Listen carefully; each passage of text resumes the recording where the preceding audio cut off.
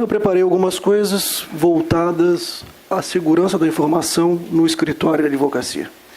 É evidente que todo o material que eu vou expor, as narrativas e as questões que eu elaborei, elas não têm foco único no escritório de advocacia. Elas podem e devem ser facilmente implementadas a toda e qualquer organização, independente do tamanho dessa organização e da quantidade de funcionários, e também o seu próprio escopo de atuação no mercado hoje, né? Eu separei 4 casos, inicialmente, para narrar para vocês, casos esses que nós vivenciamos dentro da área de atuação. O primeiro deles eu intitulei de cópia de dados. O que aconteceu com o cliente? Num determinado momento, a empresa precisava de um profissional para atuar no setor financeiro da empresa, e ele fez algumas entrevistas com funcionários e elegeu lá uma pessoa X. Essa pessoa, quando ocupou, o primeiro dia que ela passou a ocupar o posto de trabalho dentro da instituição, da organização, dessa empresa A, ela imediatamente plugou um HD externo no computador que foi delegado ao uso dela e transferiu uma quantidade significativa de dados para dentro desse computador.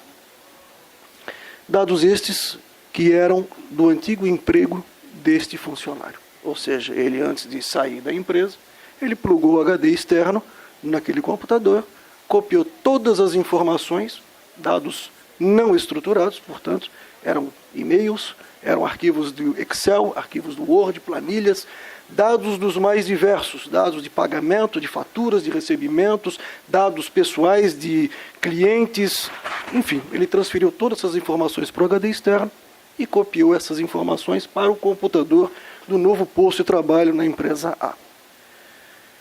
Se a gente analisar essa situação, houve um vazamento já dessas informações, já houve um vazamento de dados porque alguém não autorizado fez uma cópia de informações, talvez sensíveis ou não, dados pessoais, dados de fatura de pagamento, dados de cartão de crédito, que ele migrou de um ambiente para outro. Ele não tinha autorização para isso, mas ele fez. O que aconteceu? Nós identificamos isso rapidamente por conta de um volume crescente na cópia de backup dos dados que eram feitos diariamente na empresa, e nós agimos e identificamos a origem, então, né, da falha funcional que havia sido promovida. Todos os dados foram copiados. Se esses dados hoje vazam, vêm a público, de quem é a responsabilidade disso? Da empresa A, que não tomou as medidas técnicas necessárias para proteger que esses dados fossem inseridos no sistema? Ou a responsabilidade seria da empresa B, de onde esses dados vieram, que também não tomou as medidas técnicas necessárias, conforme discorre a ISO, né, a norma básica para a segurança da informação, ou até hoje no que se discute com relação às questões que vêm da Lei Geral de Proteção de Dados. Enfim, o fato é, o funcionário acabou sendo demitido pela prática, até por segurança, e os dados foram removidos do sistema. A situação B eu chamei de phishing, a situação 2 lá eu chamei de phishing. O que aconteceu? Uma empresa precisou fazer uma migração de um sistema de IRP da empresa, porque ela cresceu, o sistema que ela tinha não comportava mais aquelas informações de importação e exportação de produtos, então ela contratou uma empresa que tinha um produto, software, ERP, que se adequava à necessidade dela. A exigência dessa empresa é que, então, a empresa contratante tinha que ter um servidor Windows dentro da máquina para que fosse, então, compatibilizado com as necessidades daquele software que era desenvolvido e estava sendo fornecido por esse desenvolvedor. O que acontece? Boa parte dessas empresas, elas fomentam, fornecem, desenvolvem softwares de gestão, softwares ERP e outros softwares dessa maneira. Todo o suporte é feito remotamente. É muito difícil que alguém, um funcionário do desenvolvedor, se desloque até a empresa onde está instalado, configurado aquele produto deles, para fazer uma espécie de análise dado a uma falha operacional, dado a uma instabilidade do sistema. Tudo é feito remotamente. Como tinha um Windows Server, a empresa exigiu que fosse criado um usuário para ela, com uma senha, nesse Windows Server. Por medida de precaução, foi colocado um servidor Linux entre a conexão de dados e a rede interna, com algumas tabelas que bloqueavam os acessos internos, através de portas, número de IP e algumas rotinas necessárias para esse bloqueio. O que ocorreu? Ocorreu que todos os funcionários do Helpdesk tinham todos os números de IP, todas as senhas e todos os usuários de todos os clientes que eles prestavam acesso. E todos esses arquivos estavam num documento TXT salvo na própria máquina do Helpdesk.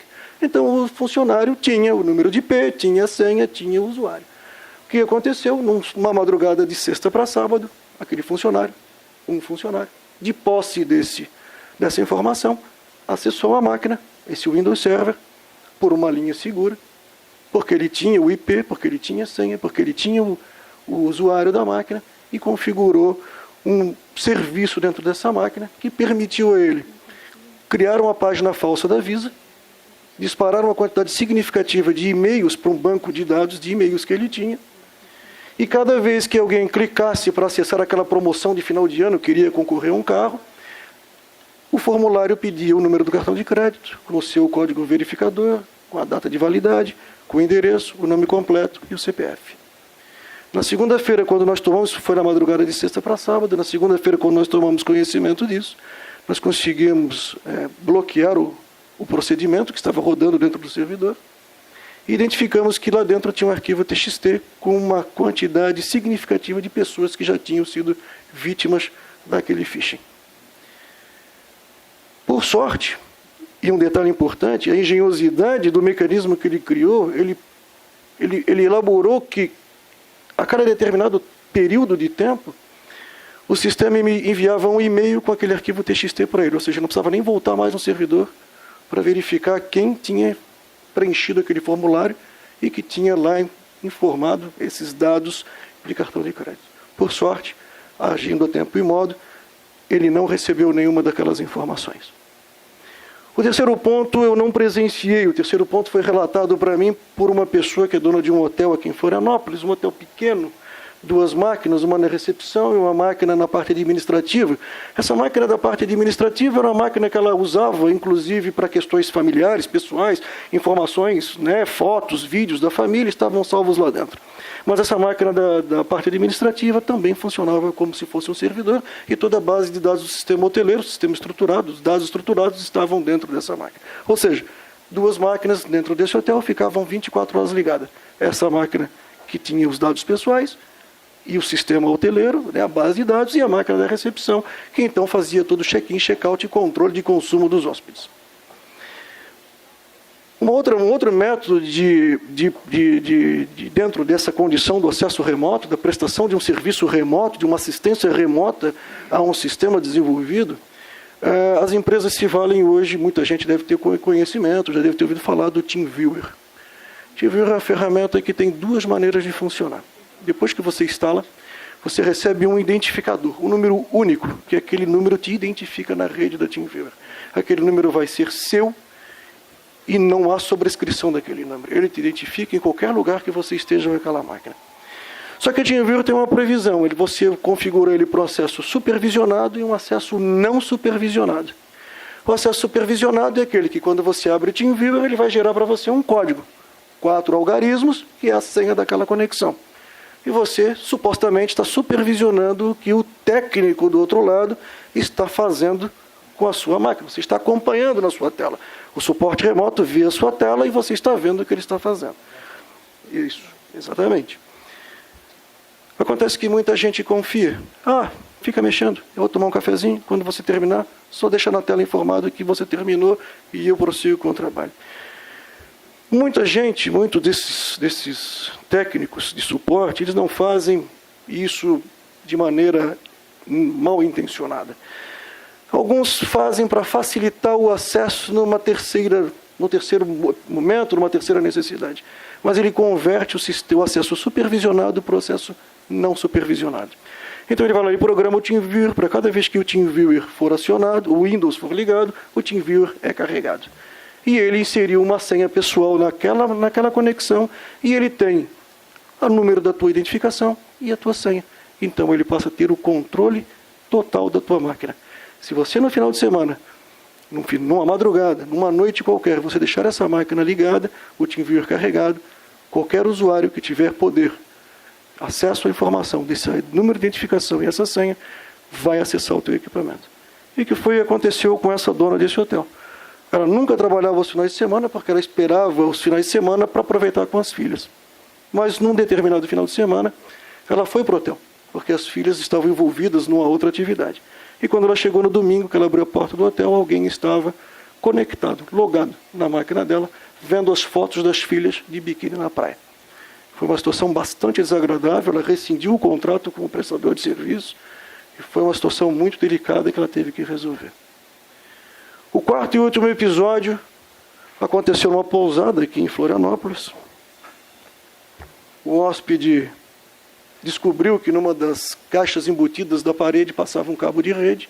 Ele tirou a tampa de proteção daquele cabeamento, ele cortou o cabeamento e ele fez uma emenda para que ele pudesse, através de métodos de força bruta, acessar o servidor, conseguir ter acesso a dados do servidor, dados da base de dados do sistema operacional, do sistema hoteleiro, informações de planilhas, hospedagens e outras informações.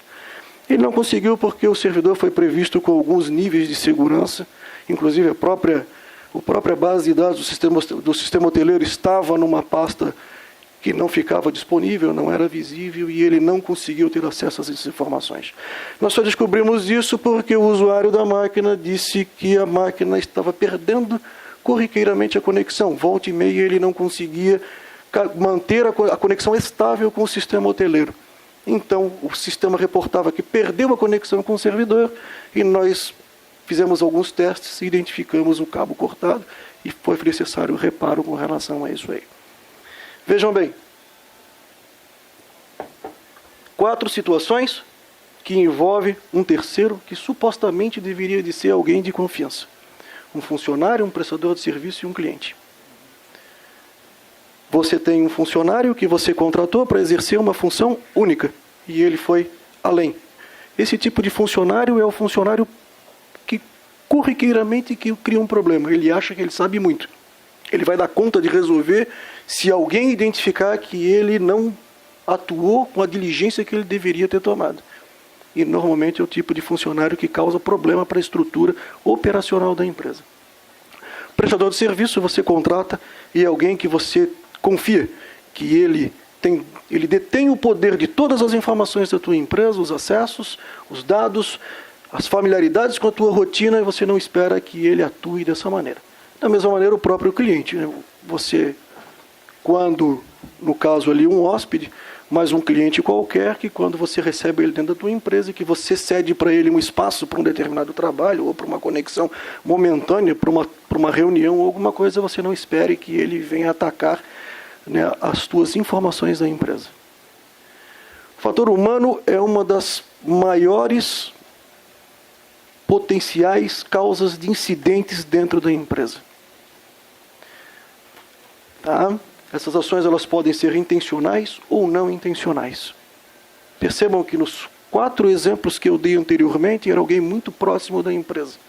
O atacante pode ser alguém de fora ou de dentro da empresa.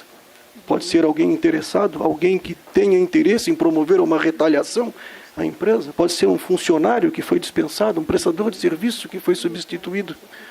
Você compartilha essas informações com essas pessoas. Essas pessoas têm essas informações porque elas estão dentro da empresa. Informações que você cede. Normalmente ela não precisa ir muito a fundo para buscar um login e uma senha de uma determinada conta. Uma senha de um e-mail. Ou até mesmo informações bancárias. Como é que se resolve as questões intencionais? Medidas de segurança. Medidas técnicas adequadas para impedir esse tipo de acesso. Você precisa estar adequado e nós vamos ver algumas mais para frente. As não intencionais, treinamento. Você precisa treinar o teu funcionário. Você precisa saber no momento que você contratou esse funcionário e ele disse para você que ele tinha conhecimento sobre determinada questão, que ele sabia executar determinada tarefa, você tem que ter o poder de investigar, analisar, testar, verificar, antes de colocar esse funcionário em contato com as tuas informações. Informações, gente, são ativos. São dados, são ativos intangíveis que fazem parte do cotidiano da empresa e que com elas nós desenvolvemos as nossas atividades primárias para alcançar os resultados que toda empresa, o escritório, toda empresa dela extrai. Somente fator humano? Não. Causas naturais. Causas naturais, nós não temos o poder de evitar que um vendaval aconteça. Uma chuva, uma descarga elétrica, uma descarga atmosférica. Um incêndio aconteceu. Nós sabemos que é possível que isso aconteça. Não sabemos quando e também em determinados momentos nós não podemos impedir que aconteça. Um incêndio nós podemos tomar as medidas necessárias para impedir que o incêndio aconteça, instalação elétrica planejada e adequada, entendeu? Extintores de incêndios posicionados dentro da empresa, tudo isso serve para a gente evitar que o fogo, por exemplo, se propague. Mas vendavais, não sabemos. Sabemos que no verão, por exemplo, comumente temos tempestades de verão. Então temos que ter alguma previsão para que nessa época do ano, se acontecer algo nesse sentido, nós possamos tomar as medidas necessárias para proteger os nossos ativos, para que a gente possa dar continuidade ao desenvolvimento das nossas atividades. Só isso. Eu vou colocar um que eu não coloquei ali e no próximo slide tem um que eu inseri. Florianópolis tem um sério problema de maresia. Quem tem empresa perto da praia sabe o quanto isso afeta os computadores. A umidade que a maresia provoca dentro dos computadores oxida peças, partes, placa-mãe, danifica fonte. Você precisa ter uma previsão para isso. Você precisa, de alguma maneira, tomar uma atitude para evitar que o teu computador, que o teu funcionário fique sem trabalhar, que a informação deixe de ter a sua integridade por conta de uma não preocupação com um determinado fator. O próximo ponto que eu inseri ali, o comportamento dos animais. Em Florianópolis, assim como em outros lugares, há alguns estabelecimentos comerciais que ficam muito próximos de matas nativas. A doutora Sandra mora num lugar que tem, assim,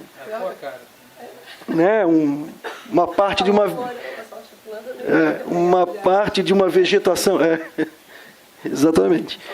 Uma parte de uma vegetação nativa, né? E nós temos os seus animais silvestres, os animais daquela localidade. Está lá. Não é um gato net, é um baby gambá net. Eu fiquei curiosa, não estava entendendo. Ele estava roendo os cabos de rede do hotel. Foi devolvido ao habitat natural, vivo ao seu habitat natural, tá? Mas ele estava roendo os cabos de rede. Bom, por sorte, os cabos de rede, né? Porque ele podia estar roendo os cabos de tensão, né? E aí nós teríamos um churrasco do gambá ali. Mas, enfim, foi retirado, foi devolvido lá ao ambiente dele, mas ele causou um dano significativo à estrutura do hotel. Ele roeu inúmeros cabos que precisaram ser substituídos. E nesse meio tempo, máquina parada, funcionário não produzindo, e inúmeros outros problemas que foram desencadeados nessa situação. Alguém que precisou comprar o cabo, alguém passou o cabo, despesas envolvidas, né? Tudo isso que acaba sendo desdobrado. É previsível isso? Talvez não, né? Mas são situações inusitadas que a gente precisa aprender, tirar uma experiência com aquilo que acontece e a gente poder transportar isso para melhorar a maneira como a gente lida. A gente precisa testar. Tem que haver um nível de criticidade. Onde está a falha? Onde pode ocorrer essa falha, nós precisamos aparar essas arestas. Então, precisamos estar preparados. A literatura que está voltada à segurança da informação, ela trata de dois planos. O plano de continuidade do negócio e o plano de recuperação de desastre. O plano de continuidade do negócio, basicamente, é a história do gambá. Né? O que eu posso fazer para, em menor espaço de tempo, eu resolver o problema? E eu dar continuidade ao desenvolvimento das atividades operacionais da empresa. Passou um ônibus, colidiu com um poste, derrubou toda uma rede de fibra ótica daquele bairro. Como é que eu fico nessa situação? Ligo para a companhia telefônica, a companhia diz para mim 48 horas para resolver o problema. São 48 horas sem faturar? São 48 horas sem trabalhar? Ou eu tenho um prazo naquele dia, preciso peticionar naquele dia, chego no escritório depois de pegar um congestionamento, que é algo que quase não tem nas grandes metrópoles hoje, e quando eu chego no escritório e eu quero fazer o meu peticionamento, finalizar a petição, eu descubro que eu não tenho internet. Eu não tenho internet porque um ônibus colidiu com um poste e derrubou uma rede lógica, um sistema de fibra ótica, e eu não consigo fazer o meu trabalho. Eu tenho algum plano para isso? Eu pensei nisso antecipadamente? Eu consigo, de maneira rápida, contornar essa situação? O escritório inteiro está parado por conta disso? Eu tenho algo que eu possa fazer, porque eu planejei e eu testei isso para que, se acontecesse, as pessoas pudessem, cada um, de maneira rápida, assumir os seus postos para dar a continuidade ao trabalho? Isso é importantíssimo a gente pensar. Ter uma redundância de uma rede de dados, no breaks, numa ausência de energia elétrica.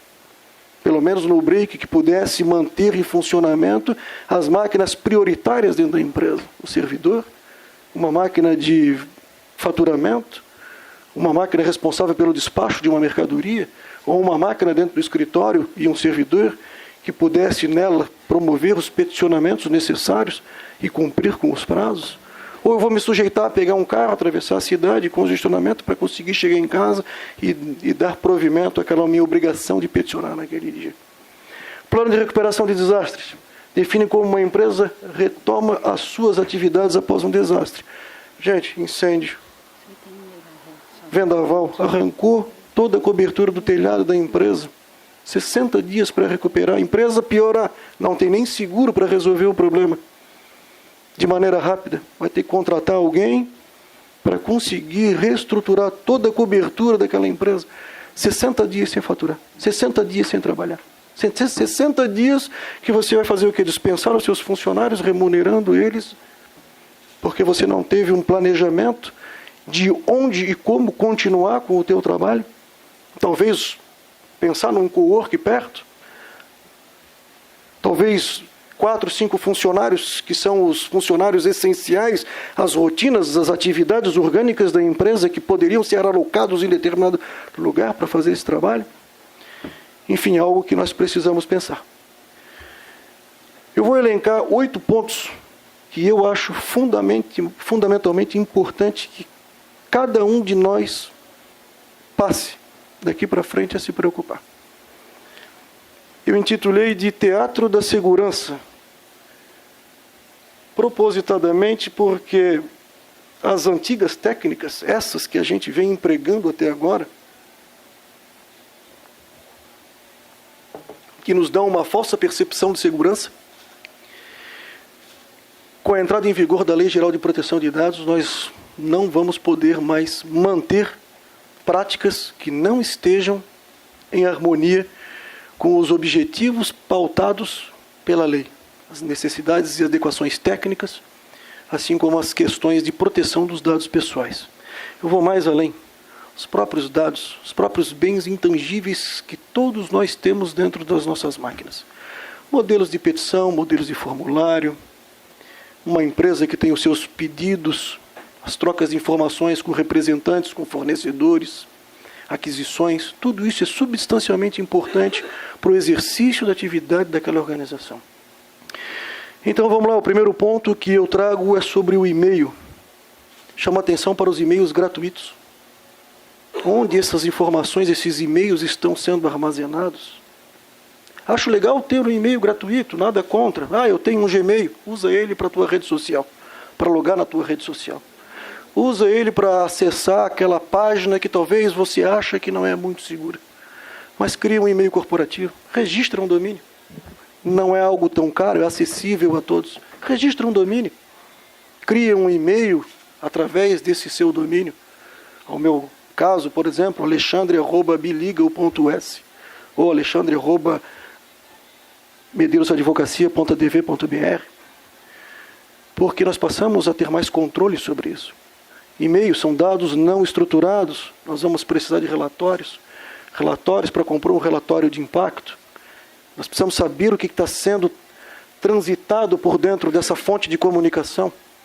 Quais são os dados pessoais, que informações estão sendo recebidas, estão sendo enviadas. Talvez esse e-mail gratuito, que possa talvez apresentar até alguma vulnerabilidade, porque não tem lá previamente configurado um filtro anti-spam, um antivírus adequado no teu próprio servidor de e-mail. O teu usuário vai ter acesso a isso e vai clicar naquele linkzinho, participe da promoção Visa. Clique aqui porque você está recebendo uma atualização necessária para o seu sistema. E aí você vai ter toda uma rede de dados infectada por um ransomware. E-mail é uma preocupação. Você precisa estar atento a isso aí. Armazenamento. Onde é que você armazena os teus dados digitais? E os teus dados físicos?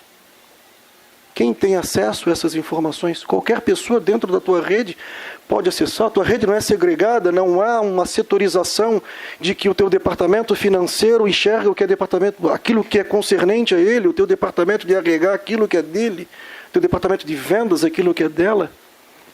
Ou todo mundo acessa todas as informações, a secretária acessa as informações que são informações pertinentes à diretoria da empresa, à gestão dos negócios.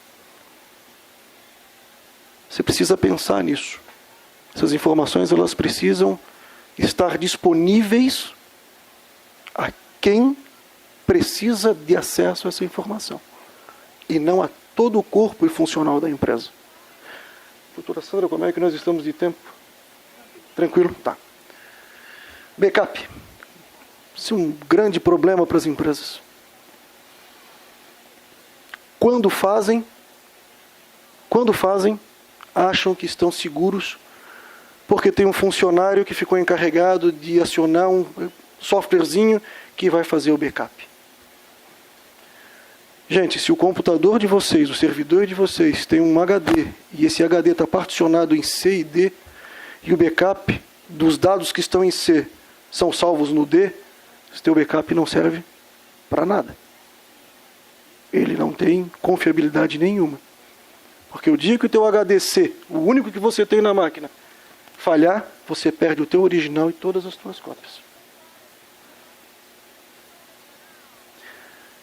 Ah, mas eu tenho um HD externo que está plugado numa USB, está em cima do meu servidor. Legal? É uma maneira de a gente fazer um backup. Mas se pegar fogo na empresa, como eu presenciei de um cliente, pegou fogo em toda a empresa dele.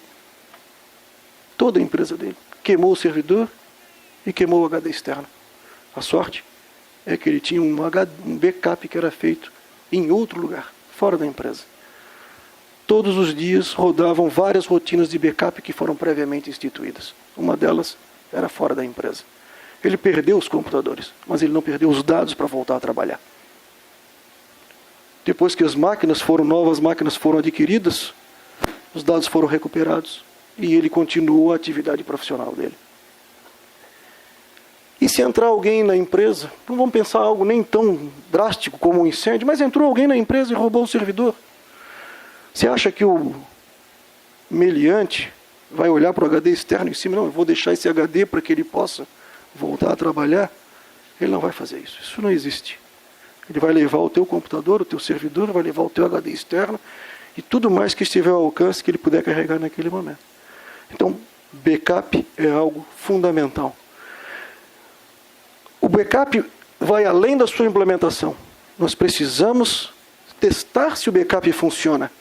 Não adianta eu pensar, estou seguro, falsa percepção de segurança, faço o backup, ok.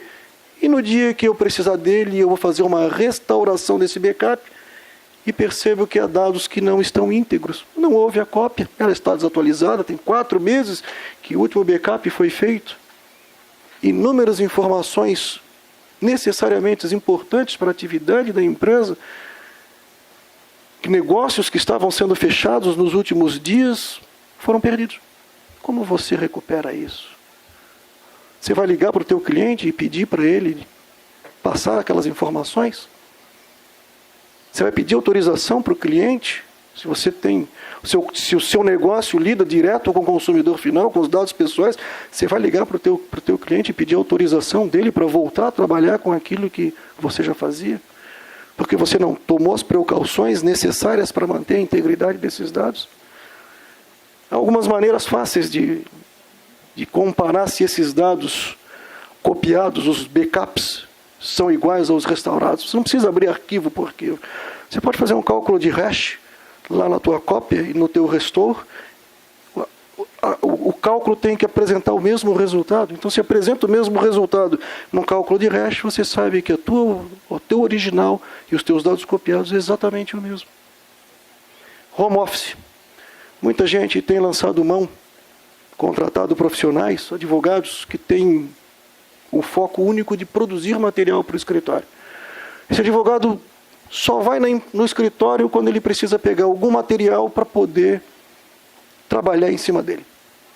Daquela defesa do cliente que contratou aquele escritório. Muitas vezes ele nem leva os dados, ele digitaliza, armazena numa máquina no escritório, no servidor, e de casa ele acessa aquelas informações. Como é que vocês lidam com isso? Estão pensando nisso?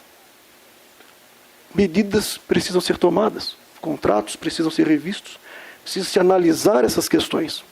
Porque se esse profissional, independente do modelo, do negócio, da empresa que for, tem acesso a qualquer dado dentro da empresa, a qualquer momento, e desses dados ele pode vir a trazer um prejuízo para os negócios. Vender essas informações para um concorrente, uma empresa de desenvolvimento de software, como a Softplan, representada pelo Florão, nos dando prestígio da sua presença. E aí? Como é que a gente lida com isso? Atenção especial ao modelo chamado BOD, que é o Bring Your Own Device. Algumas empresas têm trazido, incorporado isso ao seu modelo de negócio. Para não investir em equipamentos, ela contrata um funcionário que traz o seu equipamento para dentro das instalações, para dentro da sua organização. Quem é que vai dar manutenção nessa máquina? De quem é a responsabilidade da manutenção dessa máquina?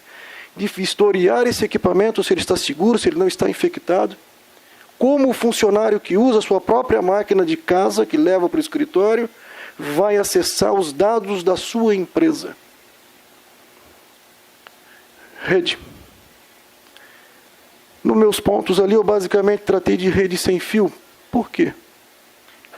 A pessoa não chega na tua empresa e pede um cabo de LAN para conectar no computador para poder fazer alguma coisa. Ela chega na tua empresa e pede: você pode me dar a senha do Wi-Fi? Fui numa empresa outro dia que tinha um cartazinho escrito: um copo de água e a senha do Wi-Fi não se nega para ninguém.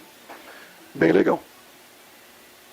A segregação a níveis de rede na sua empresa, você compartilha isso com o teu cliente. O cliente chega na recepção da tua empresa, está esperando para ser atendido, pede a senha do Wi-Fi. A secretária dá a senha do Wi-Fi.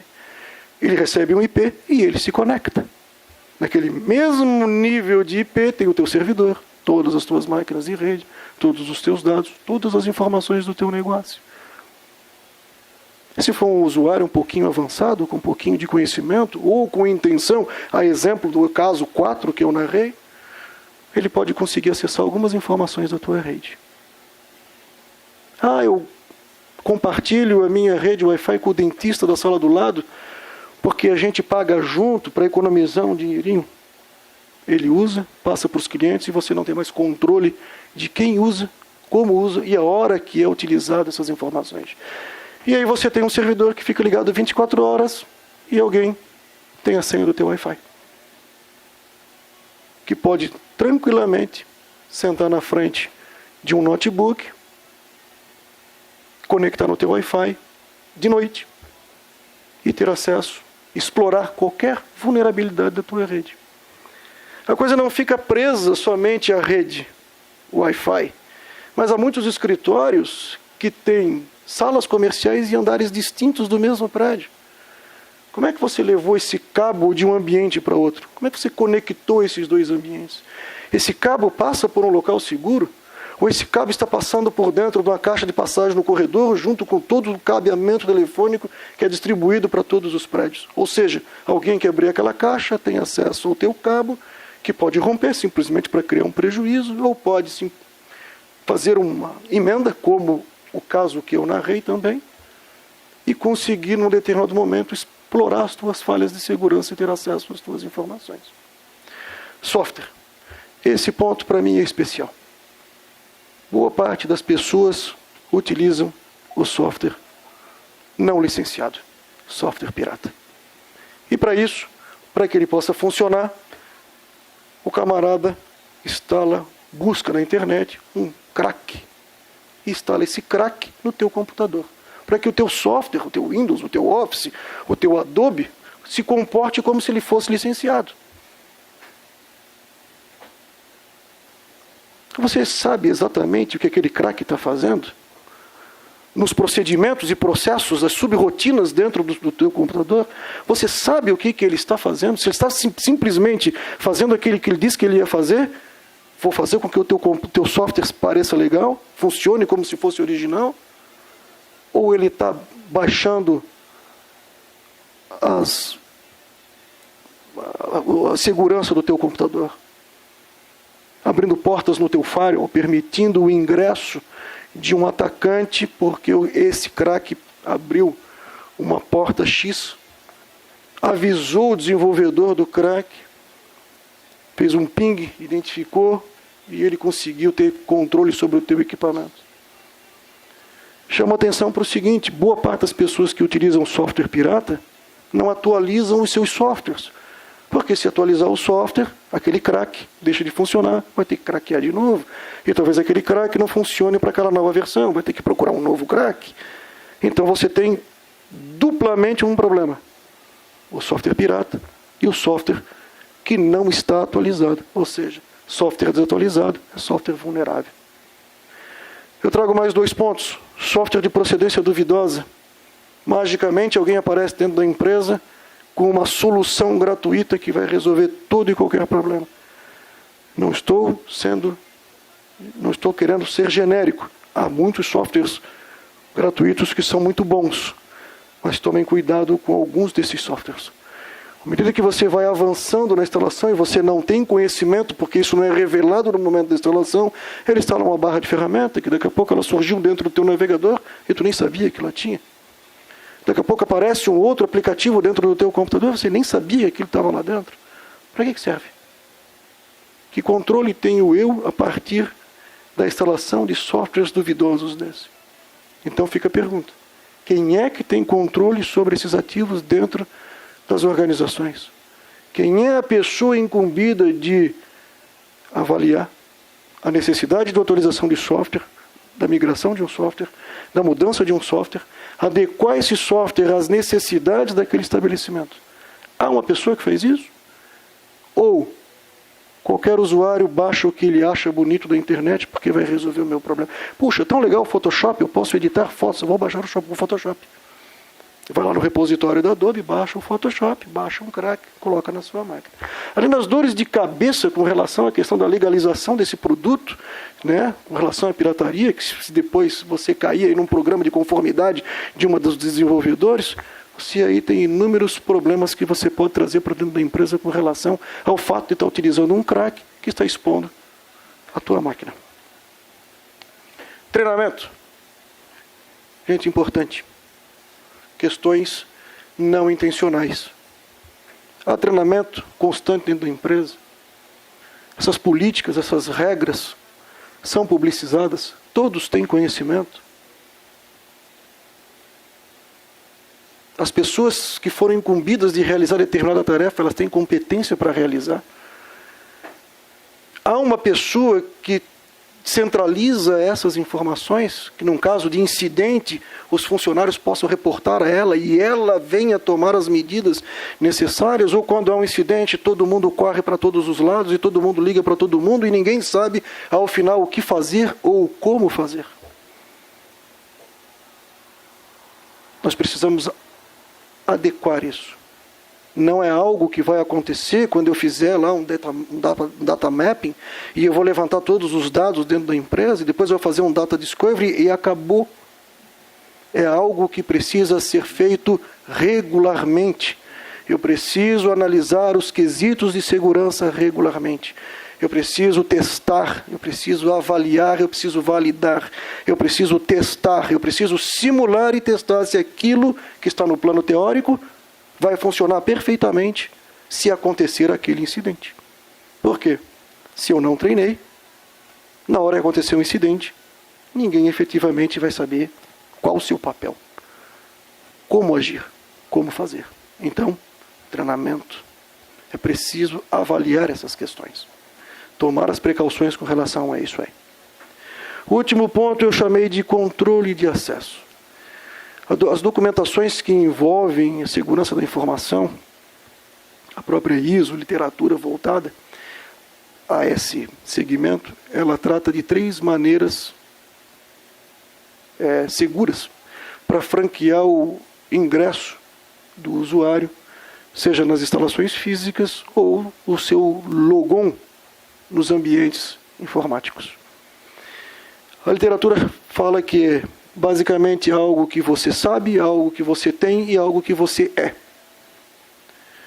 Algo que eu sei é uma senha, uma frase de segurança, um PIN, é aquilo que eu sei, eu guardo comigo.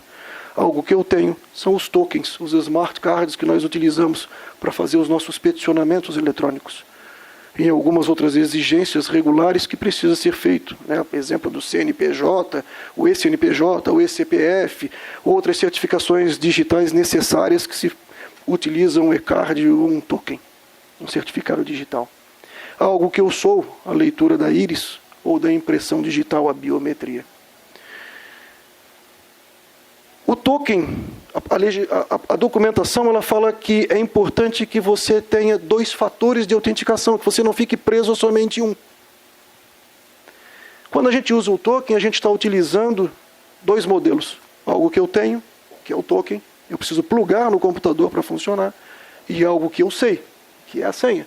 O token não vai funcionar sem senha e a senha não vai funcionar sem token. Então nós temos dupla autenticação. Mas também não resolve o problema se eu deixo o token na gaveta, todo mundo do escritório sabe onde ele está e todo mundo tem a senha. Também não resolve o nosso problema. Então é preciso que a senha seja algo impessoal, eu não compartilho isso com os demais. O token é meu, ele é pessoal, eu não divido isso com os demais. A segurança se faz necessário. Eu vou abrir um comentário com relação ao movimento da justiça catarinense no decorrer desse ano, que foi a troca do sistema prioritário para o peticionamento eletrônico.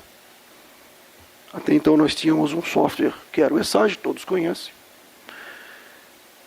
E a partir desse ano houve um movimento que acabou com a adequação e tornando o software prioritário o EPROC. Ao meu ver, dado todas as exigências, porque acho que nunca se falou tanto em segurança da informação e Lei Geral de Proteção de Dados como está se falando agora. Preocupação importante para esse momento. Mas será que a maneira como o EPROC lida com o acesso do advogado ao sistema está pautado nas exigências que emanam da segurança da informação? Será que não está faltando uma dupla autenticação nisso? Porque o EPROC nos permite simplesmente acessar com um login e uma senha. Qual é o login? O número da OAB dos advogados. É difícil descobrir isso?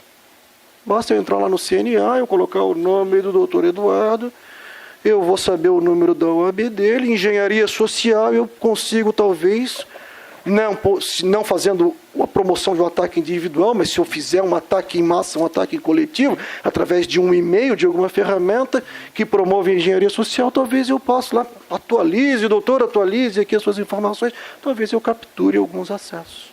E o meu token está na mão do meu estagiário. Já vou tirar dele agora. Então, será que nós não estamos falhando? Será que as medidas tomadas pelo EPROC, elas atendem às exigências mínimas vindo da família de ISO 27000, que trata da segurança da informação, das necessárias providências técnicas que a gente tira da Lei Geral de Proteção de Dados? das boas práticas? Será que não há uma necessária adequação desse novo sistema que foi colocado ao uso para nós, advogados? Talvez vocês consigam avaliar a coisa da seguinte maneira.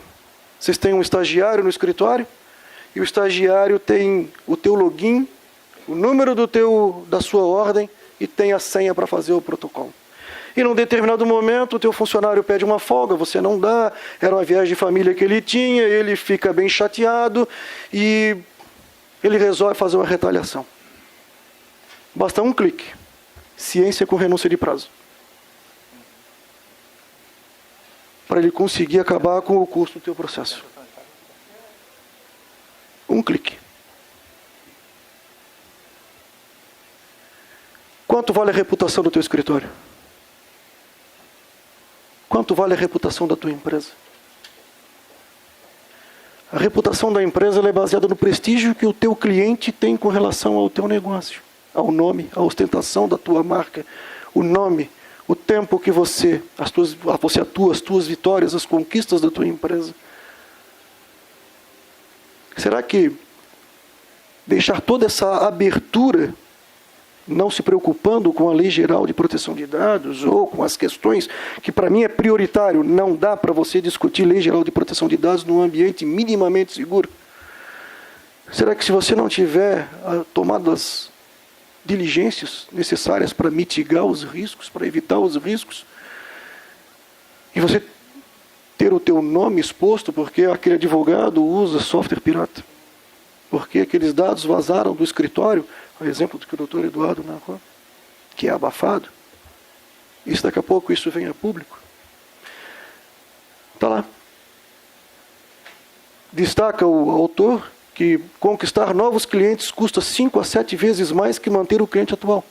Reduzir a deserção de clientes em 5% pode aumentar os lucros entre 30% e 85%, e aumentar a retenção de clientes em 2% equivale ao corte de 10% nas despesas operacionais. Gente, meu papel não é criar um terror, mas alertar.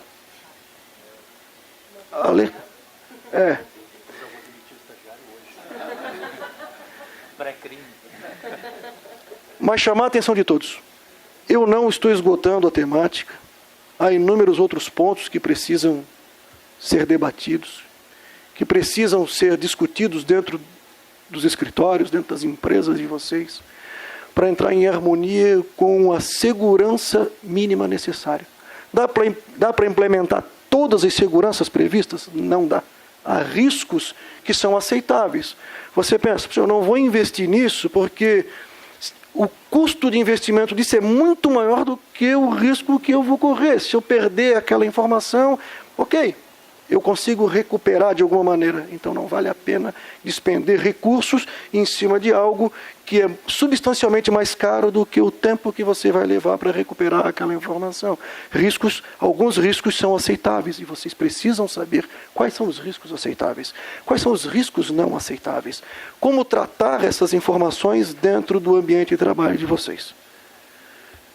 Gente, era isso que eu tinha a falar para vocês. Agradeço a todos por terem ouvido durante esse tempo. Não sei se passei, se fiquei dentro do prazo. Agradeço. Muito obrigado a todos.